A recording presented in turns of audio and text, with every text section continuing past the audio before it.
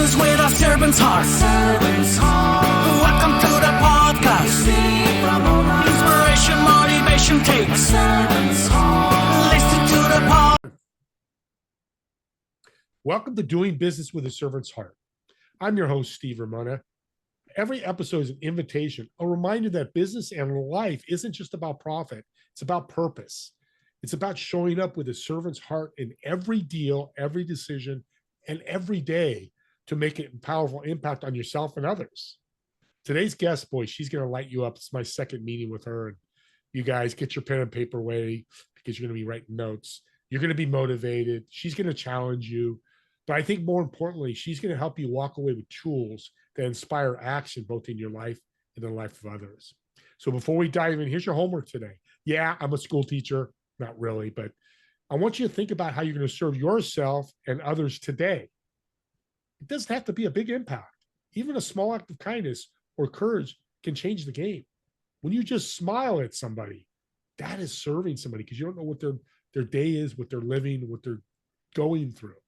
So let's lean in, let's take notes, and let's discover how servant leadership in business can create ripple effects that last far beyond that bottom line.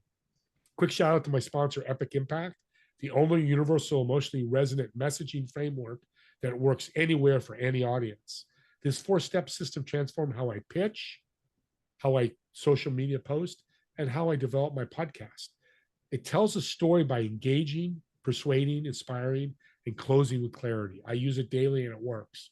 Grab your free trial at epicimpact.ai, with promo code Steve. Start inspiring action today. And thank you to my guests and audience. We hit top 20 in small business marketing of all podcasts.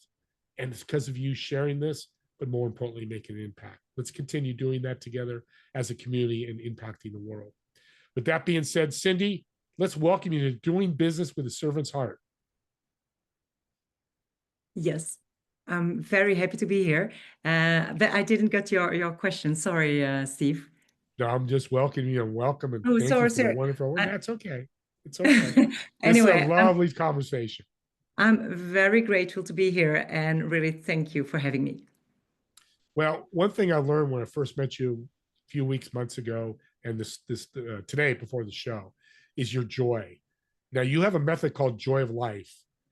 We all want joy. I mean, anybody listening, raise your hand if you want joy in your life. If you don't raise your hand, then we need to talk. But joy is not like happiness. Joy is the next level. Talk about your method. Okay. Before I talk about my method, let's go a little bit deeper into joy because this is so Okay. important what you just told me. It's joy for me. It's like a way of being. So, like you say, it's like the other level. If we talk about happiness, it's like more a way of feeling and it's more linked with external things. But joy is a way of being. It's some kind of energy that is inside of you. And joy will appear when you arise and when you have like alignment with what truly matters to you. And this is the beauty of joy is you say like everybody wants it. It's true. But I can tell you everybody can get it because it's available for everyone. You can't buy it. You just have to create it. But it's there for everyone. And it takes a little bit of effort, but not that much. And this is what I created with my Joy of Life method. And I'm going to tell you also why, because joy for me, it has been like something that has been so important in my life already for more than 25 years. I've been building businesses with the word joy because joy of life, it's for me so crucial. And what I also think about joy is more and more when we talk about leadership, success, I always say joy is not the result of success, it is a foundation. And this is what I want to make clear to all the leaders in the world. It is this joy that will accelerate your success, your productivity, your connection, everything, and not the other way around. And this is why I base my Joy of Life method onto this. So I work first around clarity, what is truly important for you. Step number 2, I work about prioritizing self-care because guess what?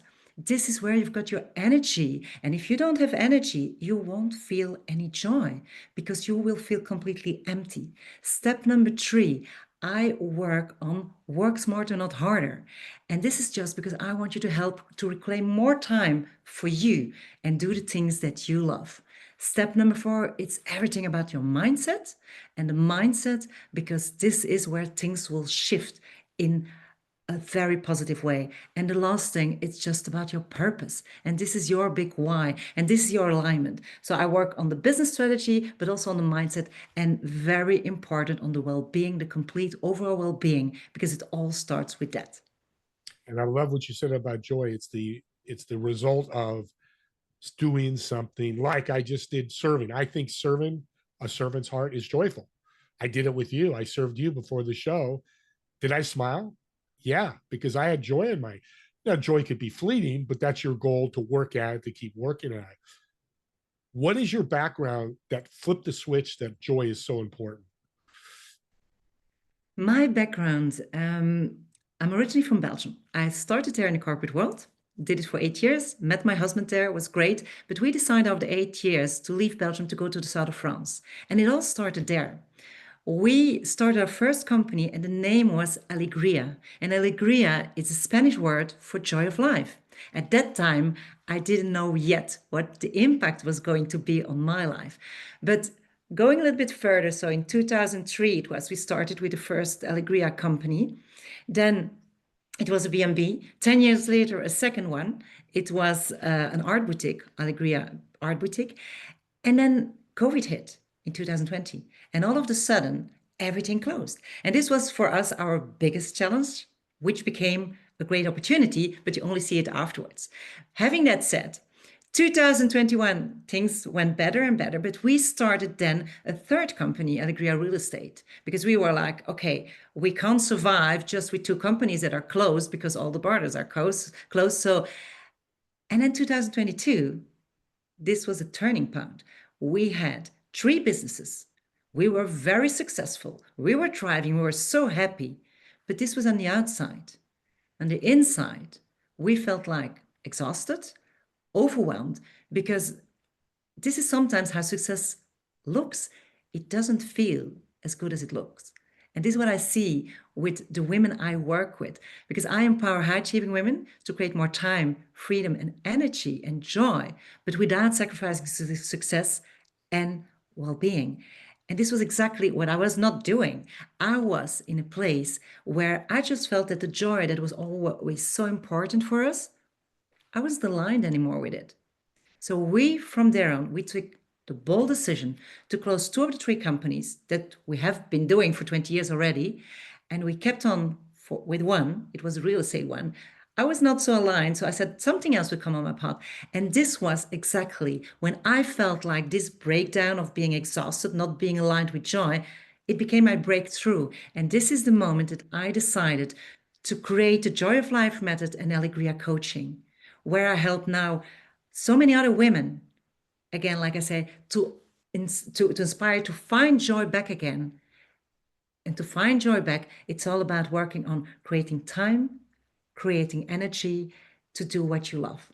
And I do believe that professional success and personal happiness, they can go hand in hand. You just have to find the right balance and to have this joy.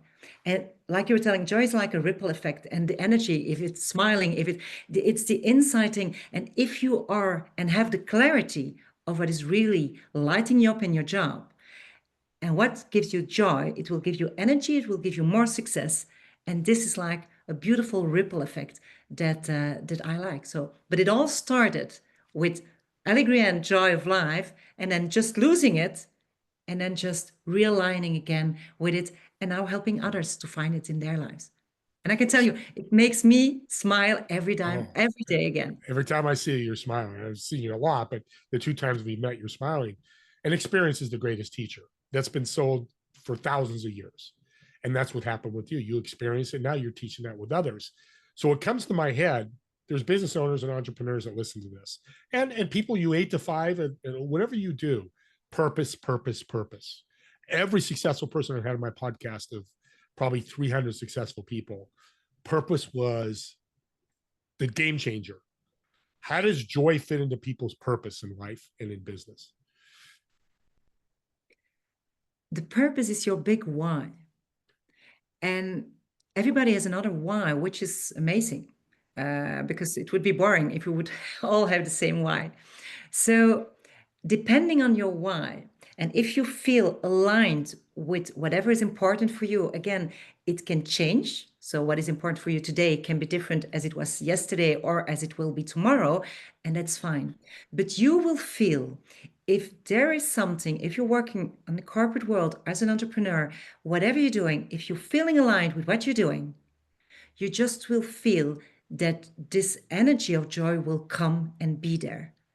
So, and this is how you know, and this is how it installs depending on where you are. But the most important thing is just close your eyes and just say, does this make me joyful?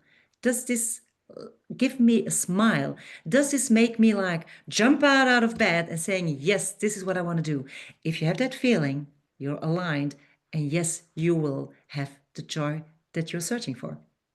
You just gave us a multi-million dollar tip there. You just made a bunch of people money. You're going to make me money, because that is such a cool way of seeing if your purpose works. Because that's what I talk to people all the time. I have purpose, but I'm not sure. They obviously don't have joy in it. If you don't have joy, that's not your purpose. Keep working at it, because it's so important. Audience, write that down, what she just said. Listen to this over again. That's a golden tip that will change your life. So tell us a story of a woman you work with, a high achieving woman, and helped with the Joy of Life method. And what was the result? I work with different clients, but one that I liked a lot, she is a high achieving woman working as an entrepreneur. She was in 7 years doing her business, but she felt like completely overwhelmed and exhausted. She was going to stop one of the services that she loved most because she didn't have the clients she wanted for it. And so she was doing like everything herself, didn't have a great strategy ready for it. And she had zero time for herself. So this was a little bit the situation where she was in. So what we then did at that time, we applied the Joy of Life method, and we restructured her routine, her mindset, and her business strategy. These were the three things that we were working on. And so over 6 months, yeah, we were working for 6 months at that time. So we first introduced self-care. And as I said in the beginning, self-care, it's the base of everything, because this is how you will boost your energy again. This is how you will prime your day for success. So we worked on self-care. We added some physical activity and healthy food just to be able to work on your overall well-being, mental, physical, spiritual, emotional. Apart from that, we also worked on the work smart, not harder part, like simplifying things, prioritizing, planning, delegating. Keep it simple, but get focused on the things that are most important. And the last part was we a little bit like we repositioned her service that she loved most, but we repositioned it so it was like more aligned even with her zone of genius and her ideal client. So these were the things we did together. And guess what? After 6 months, her health improved. She lost weight, which was like an extra bonus. This was not what we were searching for, but she was happy with that. She slept deeply at night again, because these are things we're not telling. But if you're stressed, overwhelmed, and you don't have the joy, I can guarantee you in your subconscious mind, you don't have rest. So the sleeps are not really like you want them. Apart from that, she doubled her revenues. She created really a work-life balance. And the most important for me anyway, but also not for me, the most important for her, but it made me smile, is that she had find fulfillment and joy again in her life. And this is really the ripple effect. If you reclaim your time, your energy, and you align your business strategy, this is what you get. And seeing her with this smile makes me smile again. And this is again this ripple effect, like giving and taking. And it is so empowering if you see that people, just by tweaking, these were not like the most difficult, challenging things to do, but you need to be consistent. And like we said, and we know, you need to take action. But she did, and the result was really there. And this was so great for her and for me. Take action, folks. Guys and girls out there, take action. If it's the wrong action, you can always pivot. Decision making, indecision is a killer for every business. COVID taught us that. It's so powerful what you just said. So here's the thing that comes to my head. As I told you, mentor entrepreneurs. They want to be leaders. And you bring joy into that equation. They're going, well, Steve, it's not always joyful. I just lost 5 employees. I got to find 5 employees in the next week. That's not joyful. What do you say to that? How do they bring joy back into leadership? This has everything to do with mindset. And when we talk about joy, when we talk about entrepreneurship, there is nobody that can tell, because the one who's telling it would be lying, that everything would be joyful. If you're an entrepreneur and even if you're successful and even highly successful, like things will be smooth every day. So I can tell you this, if you think that this is entrepreneurship, no, it doesn't work like that. So first of all, knowing this and being aware that challenges will come, not always daily, but weekly or monthly or yearly, depending on what's happening in the world, what's happening with your team, what's happening with your clients. Be aware it will come. And if this comes, then there are two types of ways responding. You can have the fixed mindset, like, why is this happening to me? And why now? And why? And why? And why? So becoming then a victim won't get you any further. You can ask yourself why, just to learn from it. If you see it as a learning, it's perfect. But just don't put yourself in victim modes, but become a victor and ask yourself different questions. Say, like, what can I do now? What are some steps I can do to find some new personnel? What can I do to embrace this new challenge? And the most important thing about this growth mindset, there are two things. It's like seeing a challenge as an opportunity. I can tell you, when COVID hit, it was like the biggest challenge then. I didn't see the opportunity yet, but I said, there will be one day that I will see it. And be open minded to it and know and believe in yourself that opportunities will come. And another small thing, in order to create this growth mindset, it's celebrate your wins daily, and not the big wins like I've got this huge client, a billion client that's coming on. No, celebrate your small little wins every day. Just the fact that you took some time for you, that you were mindful today, that you gave a smile or a compliment to a colleague or somebody in your family, you took some time for your kids or your partner. Celebrate the wins. While you celebrate the wins, the small, the big ones, you celebrate the learnings where you will grow, you will, it's like a muscle, you will cultivate this muscle of this growth mindset. And when then a big challenge will come, you will be more ready than somebody is just like in victim modus or never celebrate the day-to-day little small wins. Love the celebration. That's so beautiful, because I tell people all the time I had to learn that. It took me 50 years to learn that.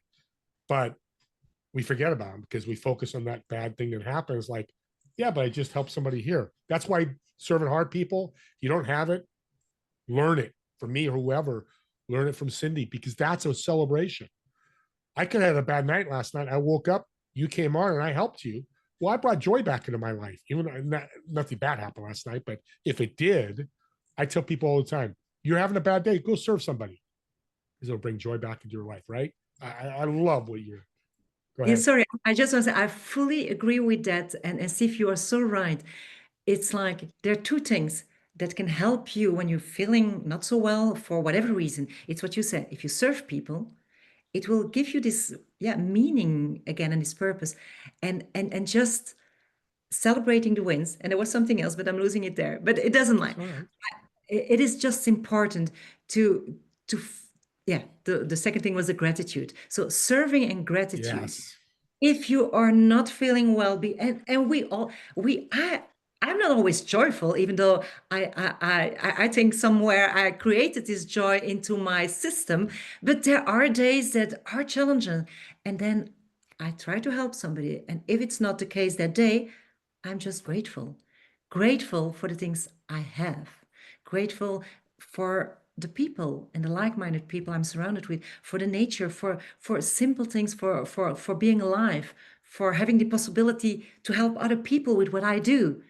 And this gratefulness will help you as well, apart from the serving, to shift everything. And these are minor things. And again, this is what I love in what I'm doing: joy, serving, gratefulness. It's there for everyone. It's just a mindset, it's just like a decision. And do it and make it a daily habit. This is what I I help. I repeat it with my clients. I help them with it. I make like I ask them to have gratitude, win, and learning journal. And every week again, when we see each other, we start with that. We start with the wins, the learnings, and the gratitude, and it's magical. What a way to audience. If you do meetings, your business owners, entrepreneurs with meetings, That's where you start your meeting off. Start with positivity, because there'll be negativity coming in, however that is. That's powerful. And we say in America, practice makes perfect. So that mindset muscle, like your bicep, has to be worked every day to stay strong. I love that. You know, it's crazy. My dad used to say, when I'd call him in the morning, he's not around anymore, and he brought back a wonderful memory for, I loved my dad so much, is, hey dad, how you doing today? He goes, Steve, I woke up vertical. Say it every morning. And people go, what? He goes, he woke up alive. He just used, because he's an engineer, I woke up vertical. And that's what you're saying. That little thing of just waking up and starting your day, we forget about that. I love what you're doing here. We're coming to the end, but here's a question. I'm going to put your crystal ball out there. This might be a tough question, but I think you can answer it. With everything going on in the world these days, what do you see joy look like in the next 2 to 5 years? It is an interesting question, but what I believe, and I see it more and more around me, when we talk about joy, I come back to the world, what's happening in the world, but when we talk about joy and leadership, things are shifting. When we're talking about joy, like 5 years ago, it was like very fluffy. It was like, this has nothing to do with leadership. I tell you, joy has everything to do with leadership. And it is a foundation of it. It's not a luxury, but it's a leadership strategy. And I believe that time is ready now. And if all leaders, women and men, are more and more not only open to this mindfulness, open to joy, they will see results that they never have seen before in their companies. And if you have your own company, you will see it as well. Because this is where the new edge will be. It will give you more emotional resilience. It will put up and you will give you more focus. The productivity will go up, the creativity will go up, the connections and the collaboration will go up, the love will go up in a beautiful way. And this is the new way of doing business. And before, it was not possible to see this on a level of leadership and success. But this is how I see it. As I told you, I'm going to do a podcast very soon where I will combine leadership and joy, because this is for me a new way of having sustainable success. And for me, I see a shift when I do a podcast. It will be for high achieving women, entrepreneurs and executives, sorry, to go from burnout driven success to more soulful and joyful success, which is much more effective. And this is the way how we will have sustainable success in the future. And to come back now to the world, for me, I see also with AI, in a positive but also in a challenging way, we need to be more adaptable and flexible, because things are changing in such a rapid way. And thanks to this leadership of joy, thanks to self-care, thanks to mindfulness, thanks to your mindset, and thanks to all this energy boosting and energy protecting, you will be more resilient in this world that will ask for you to have this emotional resilience. So I believe in a very positive new future, and I see a ripple effect of joy that can transfer the world if everybody is working on that part together. Incredible answer. What comes to my mind, and audience, I'm going to get a little deep here. When you're an owner, entrepreneur, and you have staff, for example, you got to let Steve Ramona go because they're not fitting there. That's joyful leadership. And people are like, because I tell them that and they go, how is that? Well, Steve Ramona is not being helped by working there. He's obviously not happy or not doing the job. It doesn't fit him. It doesn't fit your XYZ company. So you're bringing joy to both ends. I can find a new employee as an owner, and Steve Ramona go find a job that's his passion. That's what you're saying with what you're saying, the future of leadership and business with joy. You nailed it. That is beautiful. Oh my God. Thank you. And you're right. If you talk about retention of people, if they're joyful and if they're aligned, it will be so positively, it has a positive impact on the company. But the other way around, if it's not, it's okay. Just be transparent. Be transparent to the team. Say not like he's bad. No, there is like not the real fit here. So we will serve him to let him go and find more purpose in something else. And we will find somebody else that is more aligned, and we will all gain for it. And this is the way I think that leadership should be. And it's not only with the heart, it's like a beautiful combination of leadership with the heart. And yes, there are some rational things as well, but listen to your intuition, listen to the heart, and just let people feel seen and heard, and let them be a part of the company. Not in every decision, but let them speak openly, and this will change so much. The alignment is perfect. Joy and brain, you align those two things up, game changer. I'm just going to stop right there. That's a great way to end. So I want to ask you a question, a personal question. Of course. So you're in France now, in Paris, right? Not in Paris, in the Provence. So it's in the south Provence. of France. Yes. Okay. So we got your favorite restaurant. I'm going to reserve a table for you of 4. You're going to sit in one chair. Well, it's 5 because you can bring your husband as well. So you and your husband, who would you invite, whether dead or alive, that you want to talk to and sit and get to know and ask questions? And the most important question is, what food would you order for the table as well? I like that question. I'm going to answer that very fully. First of all, I'm going to call back to the restaurant and I want to ask them, could you please make a table of 10? I'm going to tell you why. Secondly, what do I like to eat? For me, it's all about fresh food, fresh vegetables, pure fish, and most importantly, homemade with love.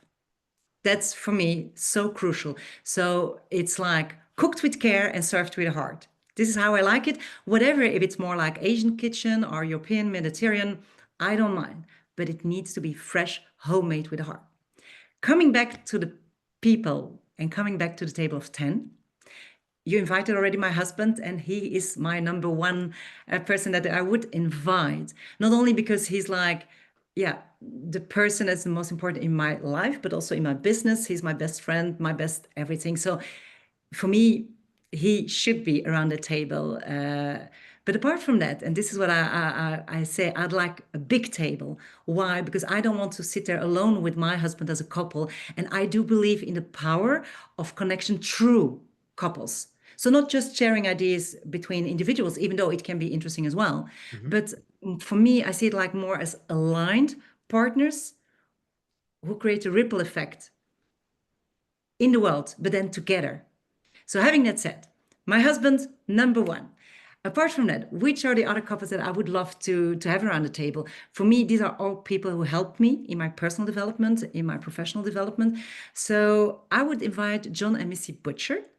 I don't know if you know them, but they're the founders of Lifebook, and it's like having a 12 category smart life. They are amazingly inspiring.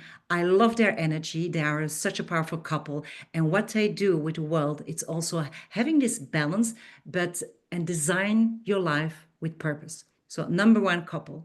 The second couple I would like to invite, it's Tony Robbins and Sage Robbins, because I do learn so much about everything. I learned a lot about his coaching, but his energy, his strategic mind and his heart for me are very, very empowering. And I would love to have a conversation together with his wife because I think she's very grounded as well and very inspiring.